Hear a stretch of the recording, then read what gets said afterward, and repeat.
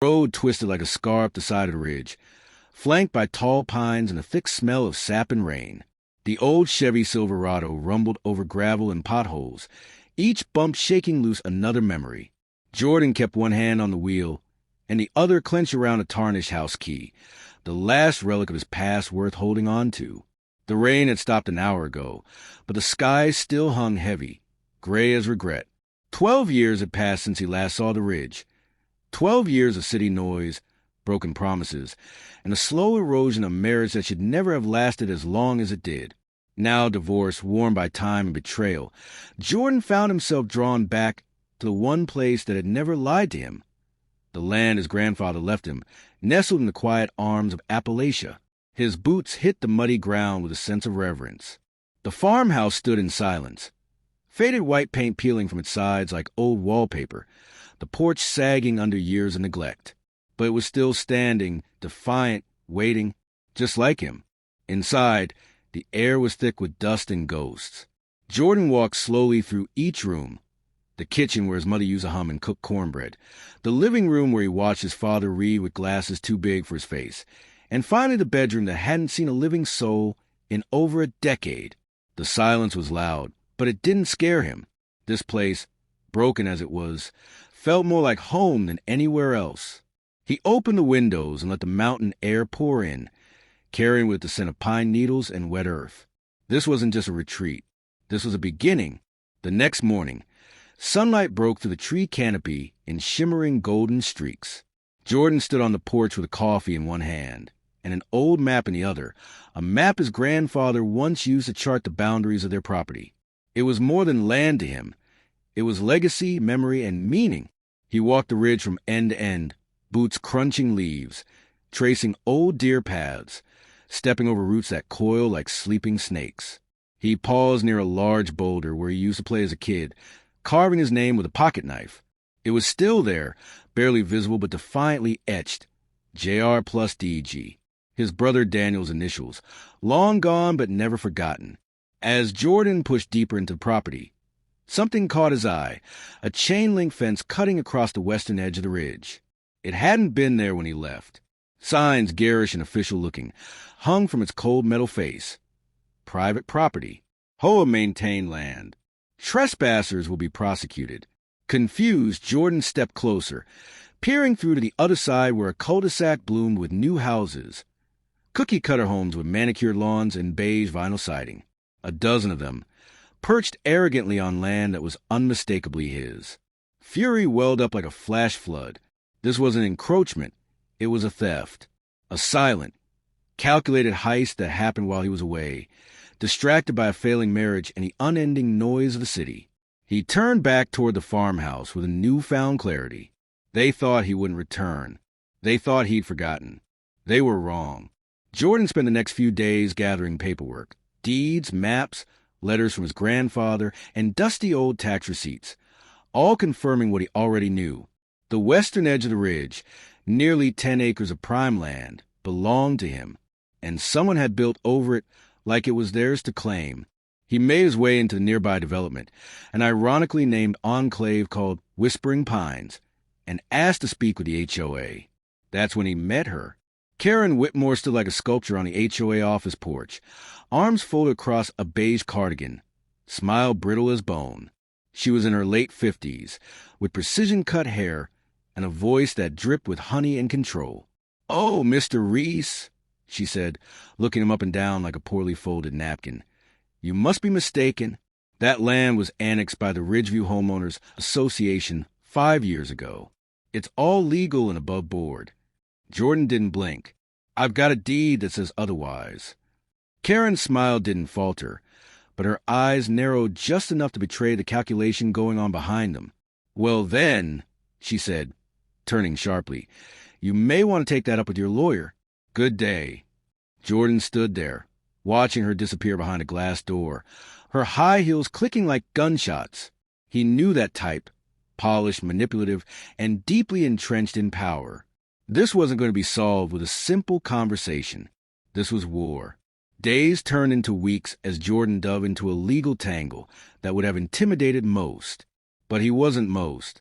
After a bitter divorce, He'd learned how to read between the lines of manipulation.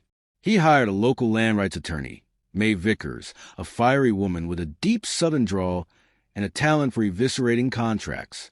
May examined the documents Karen and the HOA had filed. "This annexation is bull," she declared one afternoon in her cluttered office. "It's a paper trail of deception. They forged surveys, used loophole zoning language, and probably paid off someone at the registrar's office to look the other way." Jordan stared at the satellite photos, deeds, and highlighted documents spread across the desk. "So what do? "We sue," she said, grinning, "and we make it hurt." Lawsuits were filed. Injunctions were drafted. Subpoenas were sent. The HOA responded with deflections and denials, filing counterclaims and stalling tactics. Karen showed up at every town meeting with that same rehearsed smile, spinning the narrative in her favor. A disgruntled man seeking attention, an absentee landowner who abandoned the ridge, a threat to our peaceful community. But Jordan wasn't backing down. Every time he saw his grandfather's old fence line buried under someone's backyard playground, his resolve deepened. He wasn't just fighting for land, he was fighting for history. What Karen didn't expect was the support Jordan began to gather. Not everyone in Whispering Pines was a fan of the HOA. Quietly, some homeowners started reaching out. An older couple, the Garcias, admitted they were never told their house might be on disputed land. A young mother named Eliza confided that Karen fined her for planting a non-HOA approved tree. Whispers turned into voices. Voices turned into meetings. Jordan hosted barbecues and storytelling nights at the old farmhouse. Neighbors came, listened, and learned the truth. They saw the photographs of Jordan as a boy playing on the land their kids now roamed. They read the deeds, the dates, the lies, and many began to question what they'd been told. Karen ramped up her counterattack. She called code enforcement on Jordan's unpermitted repairs. She filed nuisance complaints. She spread rumors that he was an unstable veteran with a vendetta, but the tide was turning. Jordan had something stronger than permits and paperwork. He had the truth, and he had people who were finally ready to listen. It started small. A slashed tire one morning. The rear fence cut clean through a week later. Jordan shrugged it off at first. Nature, wear and tear, maybe coincidence. But when the well pump was vandalized, wires yanked out like veins torn from flesh. He knew it wasn't random. May Vickers suspected as much. "This isn't just a land dispute anymore," she told him over lunch at the Pine Table Diner. "This is intimidation. HOAs try to get you to give up before the court date." Jordan leaned back in the booth, his jaw clenched. Let them try. But the psychological warfare ramped up. One night, someone dumped 2 buckets of roofing nails across his gravel driveway. Another morning, a smear of red paint streaked across the side of the house read, "Go back to where you came from." Jordan cleaned it himself, never calling the sheriff. He knew the law was often slow and sometimes complicit. Instead, he installed cameras, silent, watchful eyes. He booby-trapped his mailbox with a dye bomb. And each time something was damaged, he documented everything, keeping records like a war historian. He wasn't just rebuilding a home. He was defending a fortress. It was May's idea. They think they own the narrative. Time we take it back. A town meeting was scheduled at the old Granger Hall, a place that smelled of varnish and age. The night was thick with tension. Folding chairs creaked as residents from both the Ridge and Whispering Pines filed in.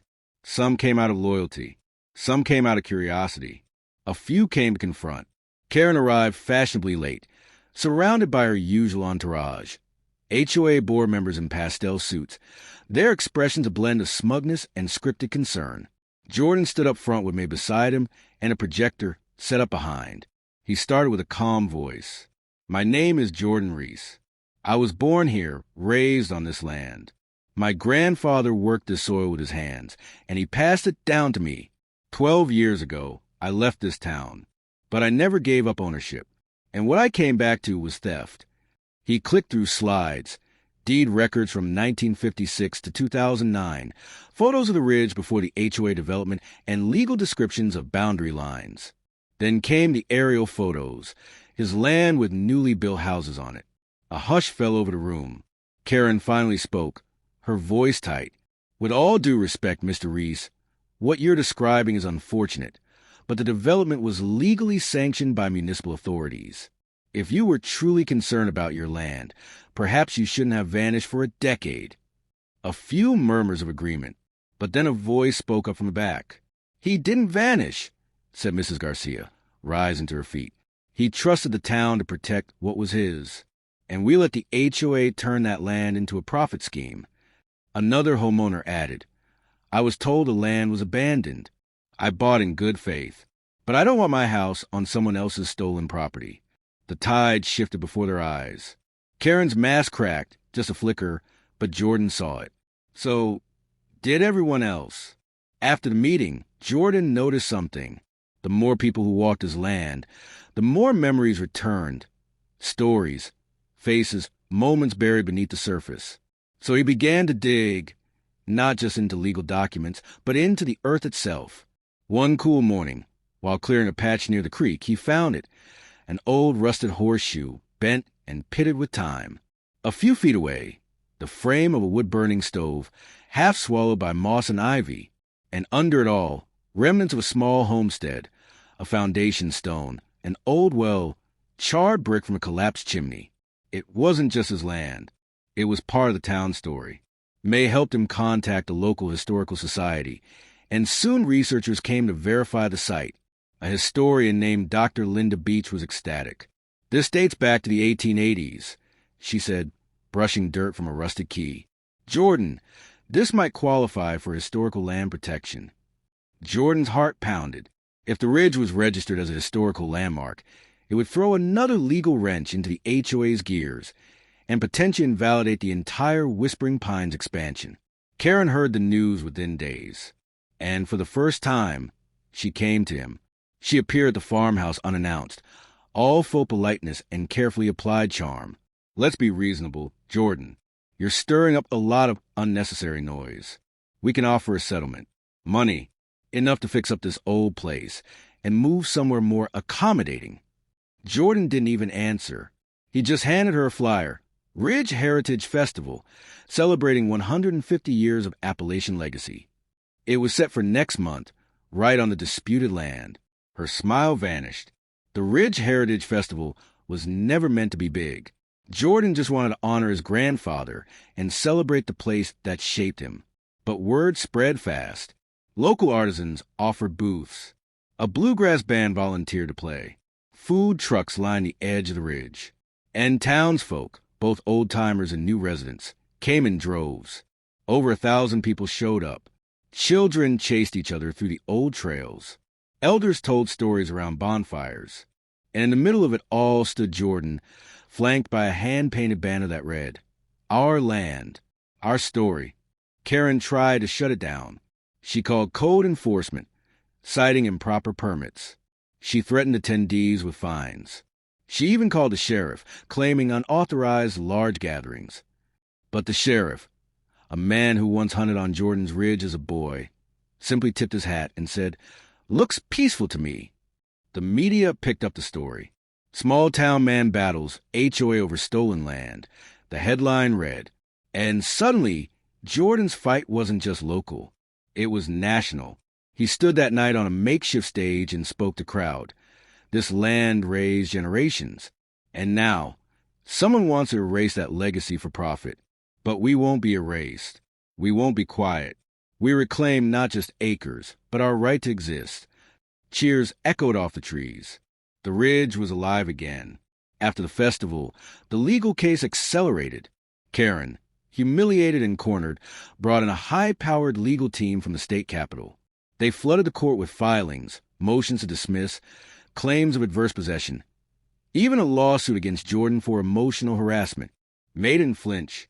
They're panicking. That's good. But Jordan knew it was far from over. The court scheduled the land rights trial for spring. Until then, a temporary injunction froze all HOA activity on the disputed property. No construction, no fines, no trespassing. A sheriff's notice was posted at the fence. Karen retaliated through whispers, letters to residents, anonymous editorials in the local paper. Claims that Jordan was trying to bankrupt the neighborhood and ruin property values. But the community wasn't fooled anymore. The Garcias, Eliza, and half a dozen other families joined Jordan's lawsuit, demanding restitution for being misled. A local builder who once contracted with the HOA came forward with internal emails, evidence that Karen and her board knew they were developing on land they didn't own. And then the final blow came. Dr. Beach filed the paperwork to designate the ridge as a protected historical site. Karen showed up one last time, her voice trembling with restrained fury. "You don't know what you started." Jordan stepped forward, calm and clear. "I know exactly what I've started. I'm just finishing what should have never been undone." Spring arrived cold and gray, as if the land itself held its breath. Jordan stood outside the county courthouse, the old courthouse that had seen its share of land feuds, family betrayals, and civil protests. Inside, the courtroom buzzed with press, community members, and Whispering Pines residents, half watching support, half to spectate. Karen sat at her long table, flanked by two attorneys in $1,000 suits. Her lips were pursed tight, eyes blank but burning. Jordan wore his father's brown blazer. May sat beside him, flipping through binders like a field general preparing artillery. Dr. Beach had already submitted her official designation paperwork. The ridge was now registered under the Appalachian Historical Lands Registry. That alone shifted the courtroom air. The judge, a tall man with crow's feet etched by decades of small-town politics, called the case. Jordan testified first. He didn't speak like a lawyer. He spoke like a man robbed of his birthright. "This land was deeded to my grandfather, and then to my father, and then to me. I went to college, left town for work, but I never gave up ownership. I never sold. What the HOA did, what Karen did, was assume that silence meant surrender. But this land, this ridge, it carries my family's blood." He presented aerial maps, boundary lines, signed deeds dating back decades. May outlined the forged permits Whispering Pines used, permits approved by a corrupt ex-official who was now under investigation. Then came the shocking moment. A contractor testified that Karen personally instructed him to ignore boundary markers. She said we'd deal with any complaints later. Said the guy who owned the ridge was long gone. Karen's face paled. By the end of the week, it was clear. The law was on Jordan's side. The land was his. The HOA had overstepped. But the fight wasn't over. Just 2 weeks after the court's ruling, Jordan came home to find the ridge smoldering. A section of the old barn, his grandfather's barn, had been set ablaze. Firefighters arrived too late to save it. Jordan stood at the edge of the ruins, fists clenched, as cinders floated in the air like dead stars. "It's arson," the fire chief said. "No lightning, no accident, accelerants used." May's hands trembled with rage. She couldn't win in court, so now she's trying to destroy the history. Karen denied everything. She held a press conference, tears glittering in her eyes, claiming she was being targeted, harassed by a man with a grudge. Her performance was Oscar-worthy, but she had slipped. A security camera, one Jordan had installed in the tree line, captured a black SUV on his property the night of the fire. The same kind Karen drove. The license plate was blurred, but the outline was unmistakable. Jordan didn't take it to the police. He took it to the press. Within days, headlines blasted across the state. HOA tyrant suspected in retaliatory arson after losing land battle. The public, already sour from the festival revelations, turned completely. Protests formed outside HOA offices. Residents began petitioning to dismantle the organization altogether. Karen's board abandoned her. Sponsors withdrew from her real estate ventures. One of her own attorneys quit mid-case. And yet, Jordan knew she wasn't finished. People like Karen don't go quietly. With mounting pressure, a special community vote was scheduled, one that could legally dissolve Whispering Pines' HOA structure. The bylaws required a 75% majority. It would come down to one night. Jordan walked door to door, sometimes greeted with warmth, sometimes with suspicion. "I'm not asking you to pick sides," he'd say. "I'm asking you to look at the facts. This HOA was built on theft, and it's hurting this town." Eliza Garcia was one of the first to sign. So did Mr. Bennett, a quiet man who admitted he'd been fined $500 for planting tomatoes on his own porch. The McKees, who once doubted Jordan, came around after the barn fire. "If they'll burn down history, they'll burn us all down," the wife whispered. Karen retaliated with glossy mailers, fear-mongering. "Without the HOA, who will protect your property value, your safety?" But the smear campaign fell flat. The vote came. People lined up in the town center, ballots in hand, eyes tired but determined. When the results were counted, silence hung like frost. 81% voted to dissolve the HOA. Karen was finished. That night, Jordan stood on the ridge, free land, now truly is again. The stars were the same ones he'd watched as a boy, but they felt closer now, like they'd been waiting for him to come back. It wasn't just a victory. It was a rebirth. The following months, Jordan began restoring the farmhouse properly, no longer out of defiance, but hope. He hired local carpenters, not contractors, people who remembered his family, who wanted to help. The barn, now ash in memory, was rebuilt beam by neighbors. Someone donated salvage wood. Another dropped off paint. The Garcia kids painted a sign. Reese Ridge, EST 1902, reclaimed 2025. The historical designation brought grants. Journalists came to write features. A local college offered to help archive the site's findings and oral histories. And slowly, visitors started coming. Not tourists, but people seeking a different kind of truth, a place where stories weren't erased. May approached him one evening as they watched sunset from the new barn loft. "You did it," she said softly. Jordan looked out over the ridge. "We did it." She touched his hand. "What now?" He smiled, eyes on the horizon. "Now we build something that lasts longer than the lies." A year later, the Ridge hosted its second Heritage Festival, this time without protest or sabotage. Kids ran through wildflower trails where fences had once stood.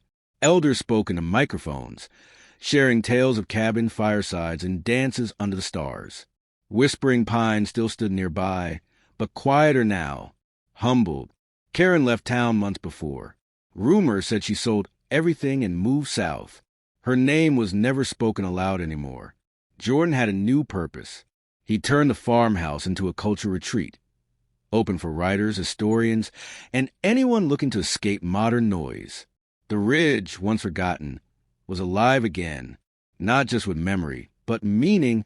One evening, Jordan stood at the base of the trail, watching the sky melt into orange.